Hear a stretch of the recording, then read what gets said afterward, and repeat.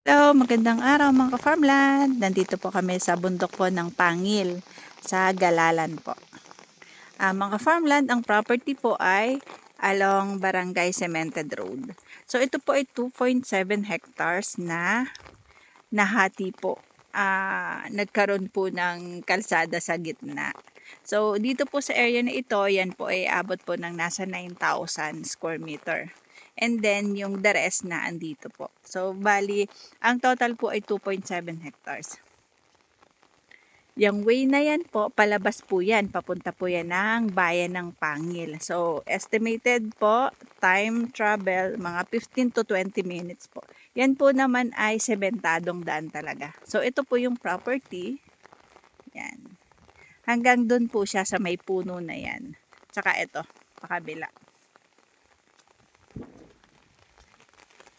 Maulan po ang aming viewing ngayon. At nagka-time lang po kasi meron po mga nilalakad na documents na waiting. Kaya isinabay ko na po itong pagbablog ko dito sa property. Ayan, yan po yung property. Yan po ay overlooking po. Ayan. Ayan po yung bundok. Kaya lang hindi po kita kasi gawa po ng panahon. So dito po ay may linya po ng kuryente. Ayan.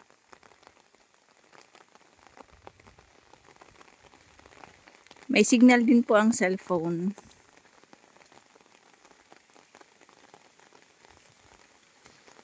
Yung pababa na to, dyan sa kabila, yan po ay kasama pa sa property. Dati pong taniman ng gulay.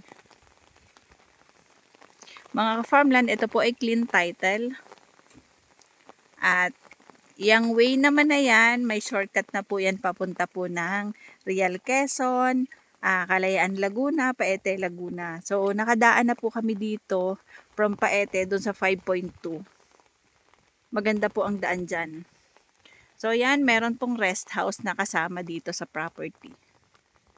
Sari-sari po ang tanim, meron pong mga halaman, punong kahoy, tsaka po niyog.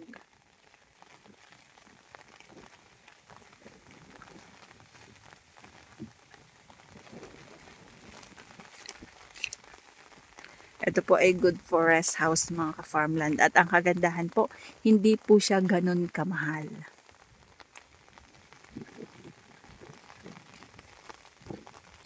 Direct seller po ito mga ka-farmland. Yan, meron na din pong kalapit bahay. So, hindi po siya isolated. May kaunti pong mga nakatira.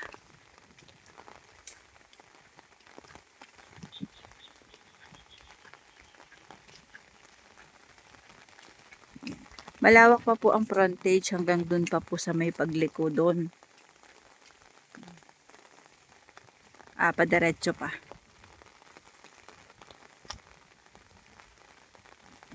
So kami po ay aakyat. Papunta po kami dun sa may rest house para po may ipakita ko sa inyo yung itaas.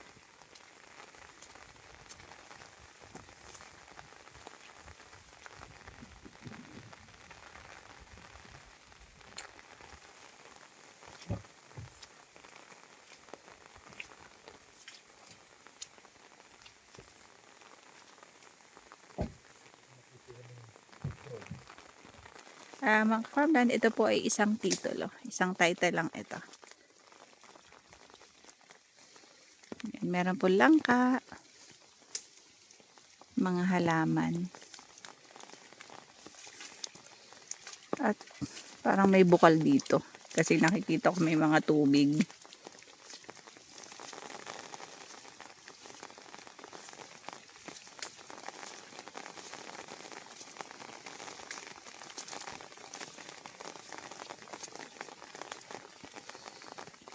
Yan. Sako pa po yung pataas na yan ng property. Yan, diretso pa doon. Yan. Ang ganda po ng view dito. Hindi lang po natin ma-appreciate ngayon kasi nga po naulan.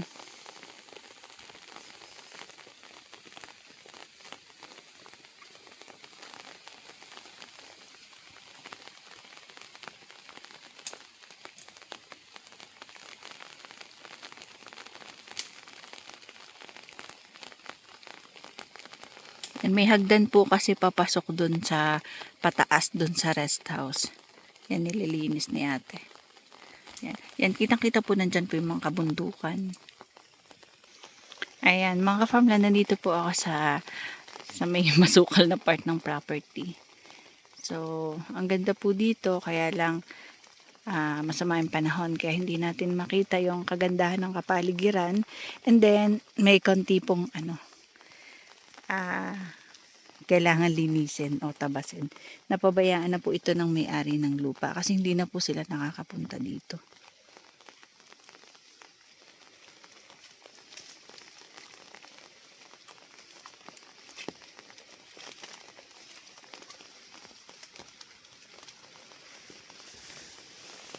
Shortcut po tayo papunta dun sa bahay. Ayan, meron bukal dito mga ka-farmland kasi merong daanan ng tubig.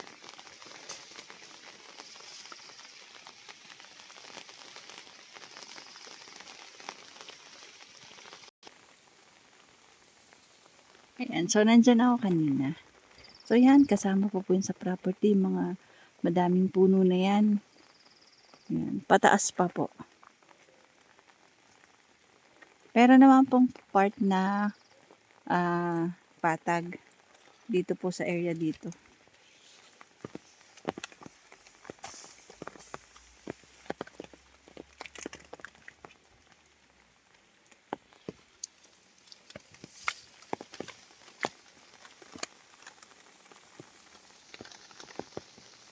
Kung hindi po maulap, madilim, kitang-kita po yung bundok dyan sa area na yan, paikot.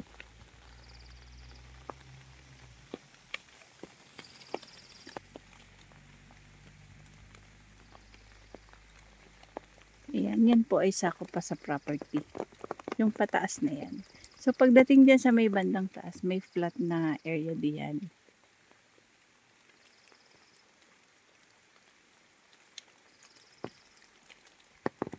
Nandito po ako sa may pwesto nung rest house.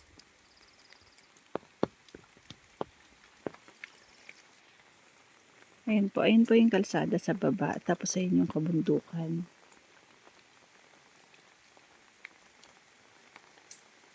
Ito po yung rest house.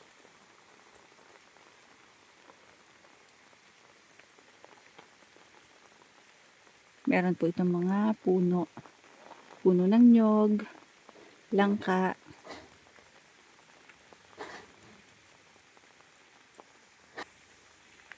Ito po ay 2.7 hectares po na 300 pesos per square meter.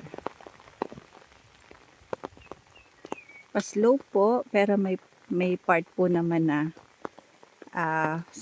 flat or semi-flat. Pero yung dito po kasi sa taas, hindi naman siya ganun katarik, hindi siya ganun pabangin. Rolling lang po.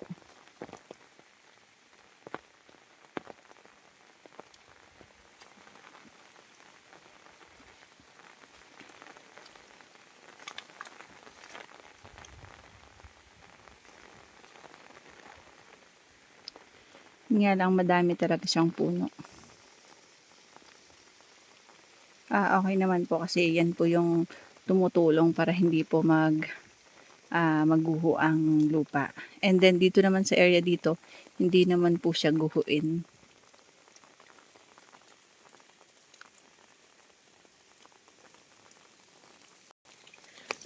Ayan. Dito na po ako sa taas. At dito naman po ay hindi po bangin. Bahagya lang po yung pagka-rolling. So yung property po ay hanggang doon sa may puno na yan.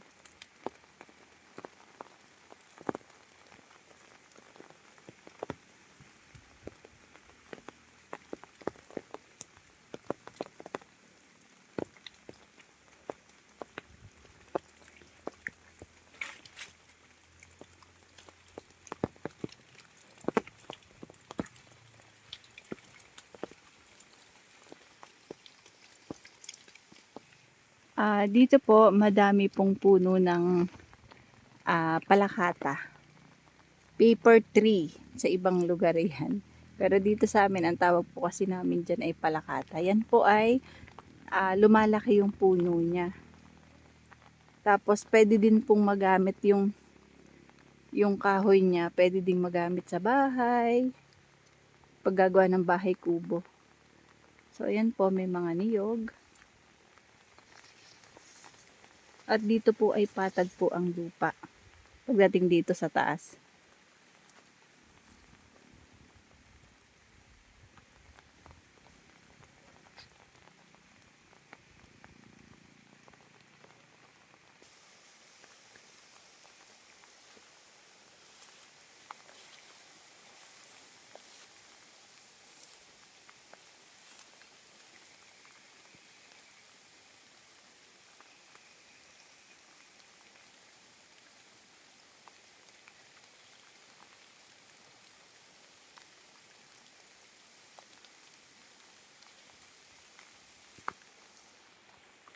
Kung hindi po maulap, ayan, kitang-kita natin yung kagandahan ng kabundukan dito sa bundok ng Galalan.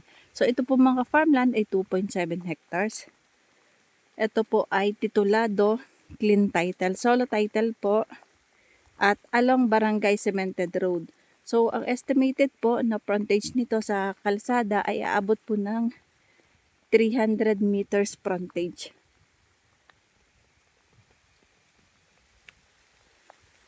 Flat and slow po ang property at overlooking po ang kabundukan. Ito po ay estimated travel time from dun po sa highway po ng Pangil ay abot po ng 20 minutes drive po. 15 to 20 minutes at ito po ay 300 pesos per square meters. May kuryente, may source din po ng tubig. Ito po ay magandang gawing rest house or bakasyonan po. Gawin pong taniman kasi po at ang kagandahan dito sa farm na ito ay flood free kasi po bundok po itong location pero ang kagandahan po mga farmland along Barangay Cemented Road. So kahit po kotse, kahit motor, pasok po dito, pwede po. And then hindi po mahirap puntahan. Yung pababa dito mga ka-farmland, madali lang kasi ano naman po bahagya lang yung pagka-slope niya, rolling lang.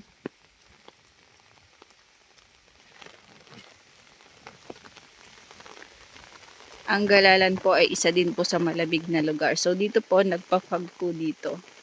Minsan foggy area po ito.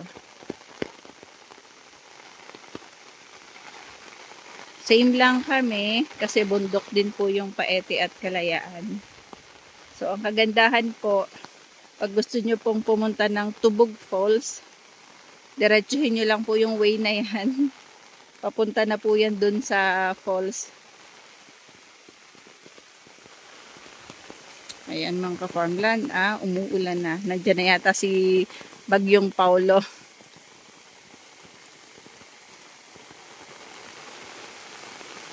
Yan yung kalsada. So, pupunta ako dito sa may rest house dito sa gilid.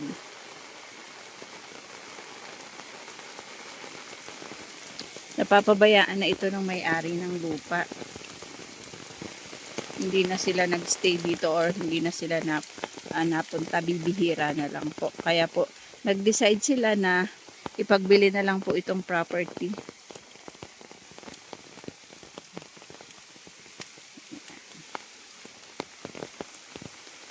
Ganda pong tayuan ng kubo dito sa area na ito. Ito, flat dito.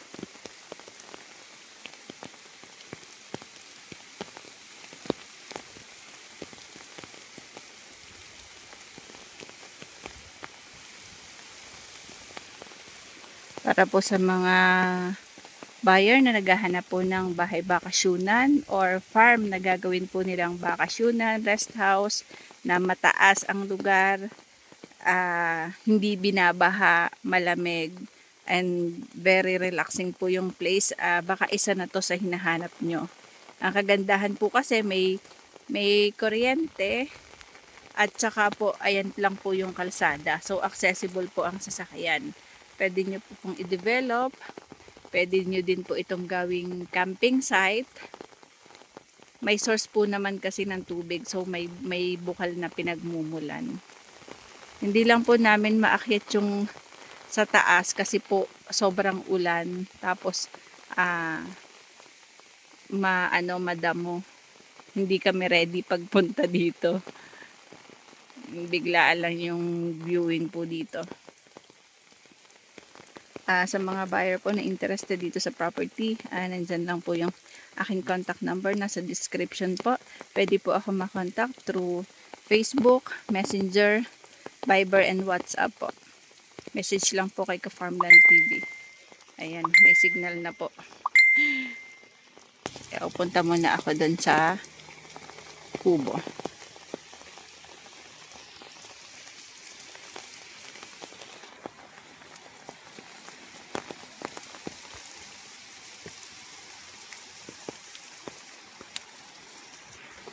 Farmland, ikot tayo dito sa gilid ng kubo. Pasok tayo dito sa may kubo. Kaya lang, hindi namin sure kung bukas. Kasi nasa Manila po yung may-ari.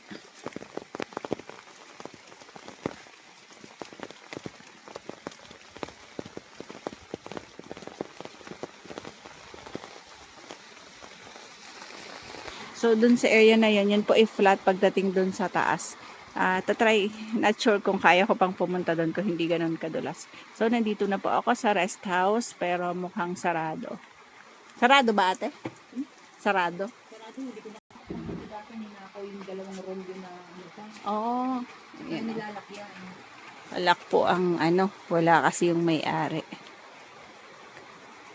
Pero alam naman po at sila nga po ang nagsabi na ibenta na ang property na ito. Overlooking po sa aming location. Yan, mayroon talaga siyang hagdan pababa doon sa kalsada. So, ayun, hindi masyadong kita ang view. Ang source ng tubig. So, dati po itong kubo meron pang solar. So, sa katagalan na, ayun, na wala na, natanggal na. Pero kahit walang solar, ayan naman po, may linya po ng kuryente. Ayan siya. Na po, kasi dumami na yung bahay dyan, nagkaroon na ng kabahayan.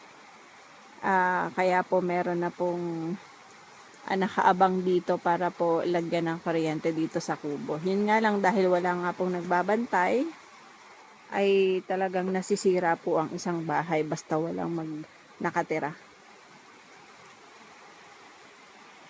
Mga 5 minutes lang po ito drive galing po dun sa barangay po ng Galalan. So dito po ay meron din pong kabahayan dito po sa bundok ng Galalan.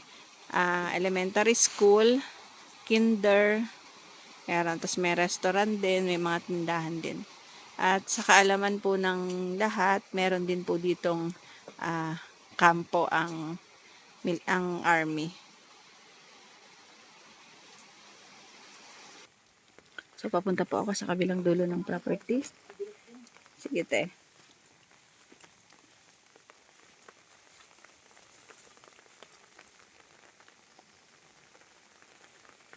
Ayan, ito po ay dating may bakod. Ngayon po nasira na nga lang po.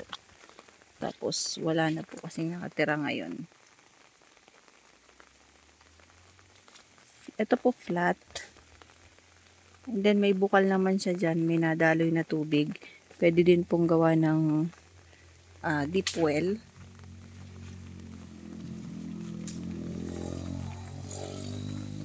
So, papunta ako dun sa property kung saan sako pa po. Dito sa may gilid ng kalsada. Ayan. Sako pa po ng property yung kahabaan na yan. Diretso pa po doon.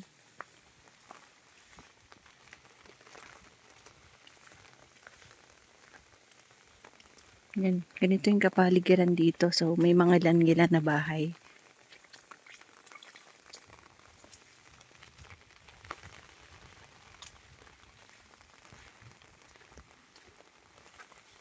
Ito, flat po yung taas niyan. Yan ay kasama pa sa property. Diretso pa po papunta pa doon.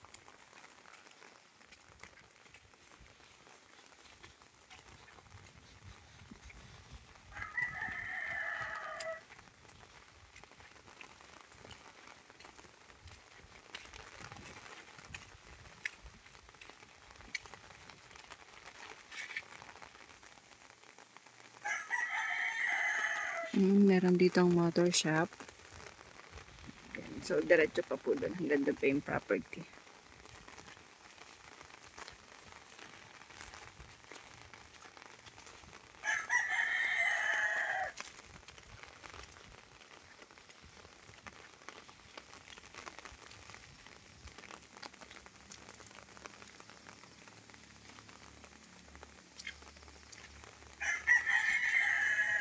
Ayan, kasama pa po yan sa property. May bakod po dyan sa taas. Ayun talagang lampas pa. Ang property po ay ang lapad ng frontage sa kalsada. Ayan po yung mga linya ng kuryente, yung poste.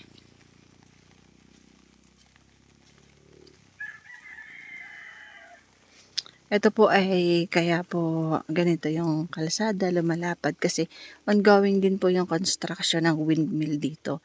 So sabi ko nga po sa inyo, magkakonekta lang po ito. Yung daan na ito papunta po dun sa 5.2 hectares. Mga ilang ilang kilometro pa. So pwede na po kami dito dumaan, pauwi po sa aming bahay sa Kalayaan, Laguna.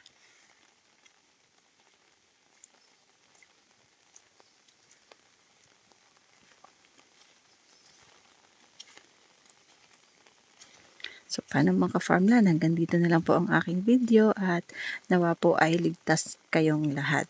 Sana po ay matapos na ang mga bagyo-bagyo para po sa mga gusto pong mag-viewing ng property na ito, makakapunta po kayo. So, anytime naman po, kahit po maulan, pwede naman po mag-viewing kasi ang kagandahan nga po ay along Barangay Cemented Road ang property. Ito po ay titulado, clean title. Solo title po, buhay po yung nakapangalan sa titulo. 300 pesos per square meter. So, murang-mura na po ito mga ka-farmland. 2.7 hectares.